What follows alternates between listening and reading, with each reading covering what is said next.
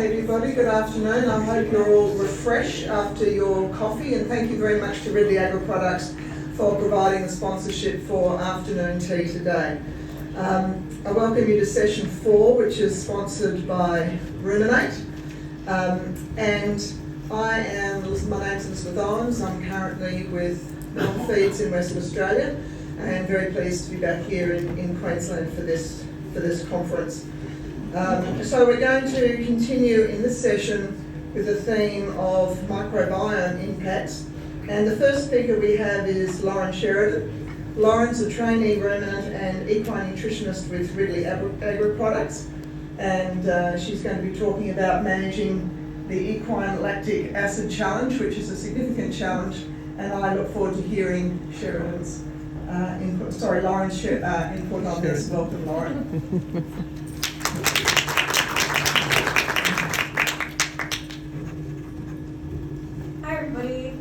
Thank you so much for this opportunity to be able to speak today about my master's thesis, which was conducted through Charles Sturt University, where we researched looking into postbiotic supplementation and the effects on stabilising equine hindgut pH.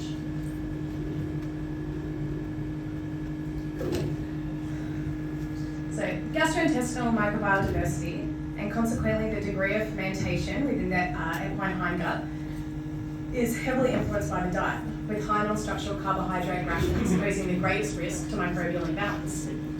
So when horses are fed starch-rich diets, residual carbohydrates proceed to the cecum and colon, where they are rapidly fermented. This encourages the growth of lactic acid-producing bacteria, which then inherently increases lactate production, leading to a notable reduction in intestinal pH. When the pH falls below 6.0, it is considered as acidotic. And with this comes problems such as inflammation or even erosion of the intestinal lining and inadequate nutrient absorption. Performance impacting conditions can also then arise, such as anorexia, colic, laminitis, ulcerations of the colon, and even stereotypies such as cribbing and weaning. So it is not uncommon for performance horses to be fed starch-rich diets to maintain or maximise performance. And as such, the prevalence of acidosis and related illnesses is on the rise. It is estimated that over 60% of performance horses are affected by acid challenge or related illness. Now, in-feed additives have become increasingly popular throughout horse owners, probably partly because it gives them a bit of comfort knowing that they're doing what they can for their horse's health. But it is estimated that 84% of all owners will add a supplement to prevent or treat illness or injury, and 68% of that cohort will supplement to prevent or treat perceived digestive issues, despite negligible efficacy, basically, of what they're feeding. So prebiotics and probiotics are readily available, and as you know, they mostly target gastrointestinal support. But there's very limited supporting evidence of how they work within the equine intestinal tract.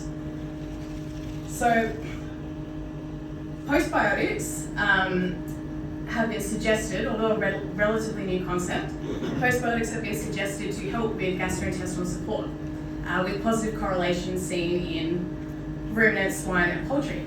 Now in these studies, it is shown an increase in those lactate utilisers and inhibition of lactate producers, helping to stabilise intestinal pH.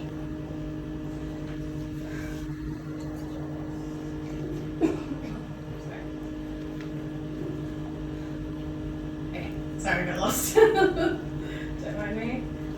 Cool. Okay, so unlike probiotics, which contain live microorganisms, postbiotics are defined as functional bioactive compounds secreted from the metabolic actions of living bacteria. And these can include things like volatile fatty acids, cell fractions, functional cell proteins, and so on. And combined with nutritional elements, they can target gastrointestinal support. So several studies on ruminant function have shown, with postbiotics, have shown to enhance ruminal fermentation, enhance digestibility, improve nutrient utilisation, and improve intestinal barrier function.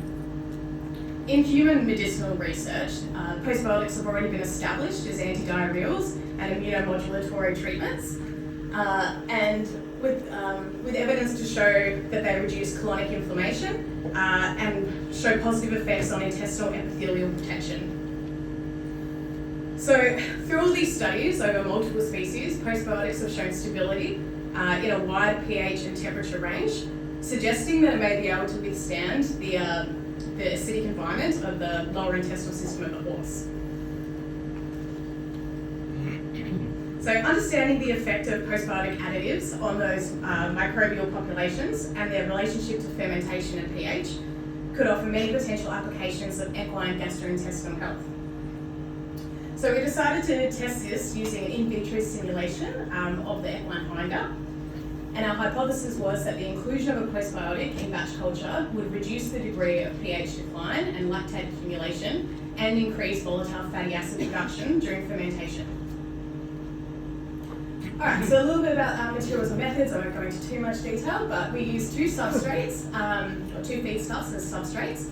So we used a low starch pellet, which was under 12% dry matter starch, and that was to represent normal conditions, and we used glucose as our high non-structural carbohydrate. Our treatment groups, we had a control, treatment 1, which was postbiotic Diamond V, XBC, at the recommended rate for an out on horse, and T2 was at double that rate. So basically we took fecal collections per rectum from 2 horses, mixed it with buffer and adjusted the pH to neutral for incubation within an anaerobic chamber, and then took measurements for pH and headspace gas pressure across all time periods, and then at times 12 and 36 hours we took samples for VFA, D-lactate and ammonia. So for our results, so as was expected, we saw a significant difference between our low starch, which is our top one here, and our glucose down the bottom.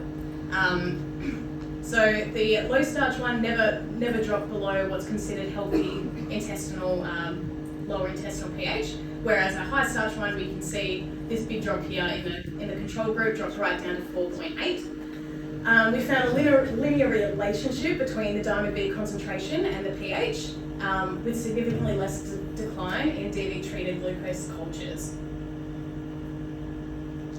Our concentration of volatile fatty acids and D-lactate, we saw increased total volatile fatty acid concentration across both substrates, with production of propionic, acetic, and butyric acids especially, which are BFAs essential for cellular energy, and butyrate in particular important for energy for colonocytes, as well as helping mucosal barrier function. We saw in the lactate a greater accumulation in our glucose than in our low starch, as is expected with those extra lactate producers, and a significant drop in lactate by 36 hours in the glucose. However, our low starch group stayed roughly the same, and we didn't really see any significance there. The Diamond B inclusion in the lactate did reduce it significantly in the 36 hours, but not in the 12 hours.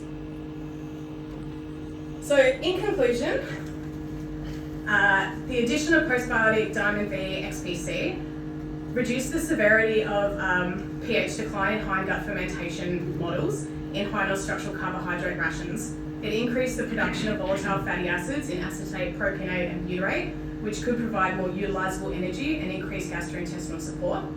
It decreased lactate accumulation at that 36-hour mark in the non-structural carbohydrate rations, potentially protecting those microbial populations from damage caused by prolonged exposure to acidic environments. However, it did not inhibit lactate accumulation at 12 hours, suggesting possibly the protection of those lactate utilisers, but to moderate pH, but not the inhibition of the lactate producers. So thanks to everyone that was that helped with this project, and thanks for listening to me today.